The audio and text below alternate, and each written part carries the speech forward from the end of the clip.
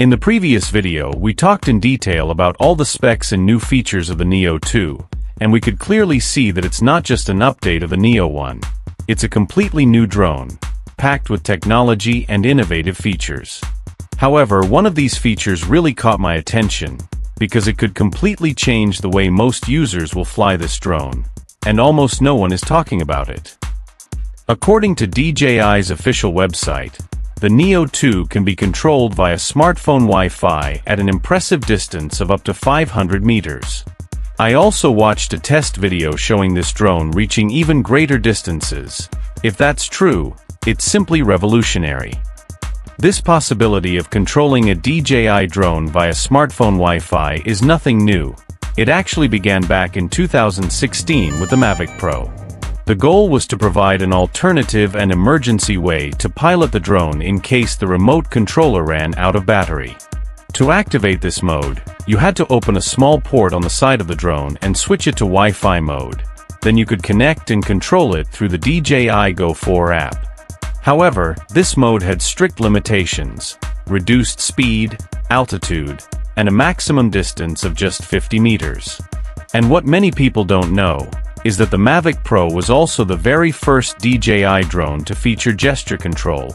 It was truly ahead of its time. In 2017, DJI launched the Spark, its first true selfie drone. It also allowed control via smartphone Wi-Fi, with the range increased to 100 meters. The Spark took gesture controls to a whole new level, introducing more advanced and expressive movements. I actually owned this drone, and I can say from experience that these control methods didn't work very well. They had several limitations and inconsistencies. So once the initial excitement wore off, I stopped using them altogether, since they weren't very reliable. Last year, DJI launched the Neo, a highly versatile drone that can be controlled in several different ways. With it, DJI brought back the feature of smartphone Wi-Fi control. However, this mode didn't see any significant improvements, as it still has the same limitations in speed, altitude, and maximum distance, capped at just 50 meters. Only 4 months later, DJI released the Flip, a slightly larger drone that also kept the option to control it via the phone's Wi-Fi, with the same limitations in speed, altitude, and maximum distance of 50 meters. But that's totally understandable, since this mode has always been just an alternative way to control the drone. But now, with the launch of the Neo 2, DJI seems to have completely revolutionized this control method, extending the range to an incredible 500 meters, which is 10 times more than the Neo 1. Therefore, controlling the drone through your smartphone will no longer be just an alternative option, but a truly useful and practical way to fly this drone. But to make this possible, DJI had to break through several limitations, increasing both the speed and maximum altitude. We also know they added an RTH button, since beyond 100 meters the drone is already out of visual range and needs to be able to return automatically. On the Neo 1, the RTH feature doesn't exist because it's unnecessary. The drone only flies up to 50 meters. This new addition will benefit a large portion of users, especially beginners who just want a simple and practical drone for photos and short video clips. This new feature will likely also impact sales, as more people will choose to buy the combos without the controller. DJI knows this and has created a new combo that includes 2 extra batteries and the intelligent charger, but no controller.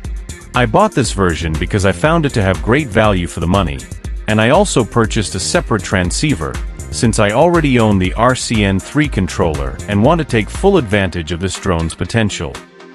This module uses O4 transmission technology, which is the standard for DJI's latest controllers.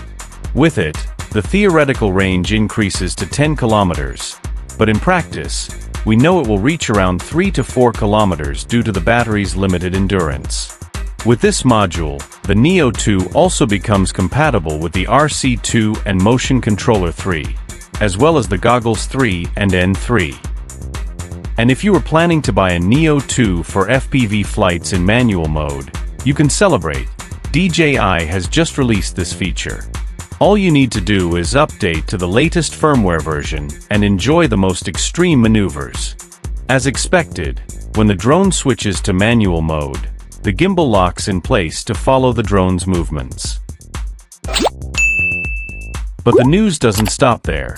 The Neo 2 still features autonomous flight modes with pre-programmed movements that don't require a controller, just by pressing a button on the drone. However, the button layout has changed. There are now 3 buttons on the side, 2 for navigating through the functions and a third one to start the flight. Another big innovation is this mini display, which shows the settings for each flight mode. On the other side, we have the status LEDs and the LiDAR sensor, and this was another surprising upgrade for a drone in this category, because it's a real front-facing LiDAR with a 10-meter range. In addition, it features 2 high-resolution optical sensors, with fisheye lenses that provide 360-degree protection. On the underside, there's also an infrared sensor that improves altitude accuracy. This new sensor system allows for much safer navigation, ensuring obstacle avoidance even in complex environments. The voice command feature remains the same and is also activated through the smartphone app. Just tap this icon and speak the preset commands. Hey Fly, take a droney. But the real highlight is the motion control system. The Neo 2 also includes this feature, and with advancements in technology and artificial intelligence, it's reached a whole new level. From the videos, we can see that the Neo 2 can recognize a much wider range of gestures, with impressive precision and respond quickly and safely, thanks to the support of its new omnidirectional sensors. The Neo 2 also features the selfie shot mode, which makes it super easy to take photos with preset framing options.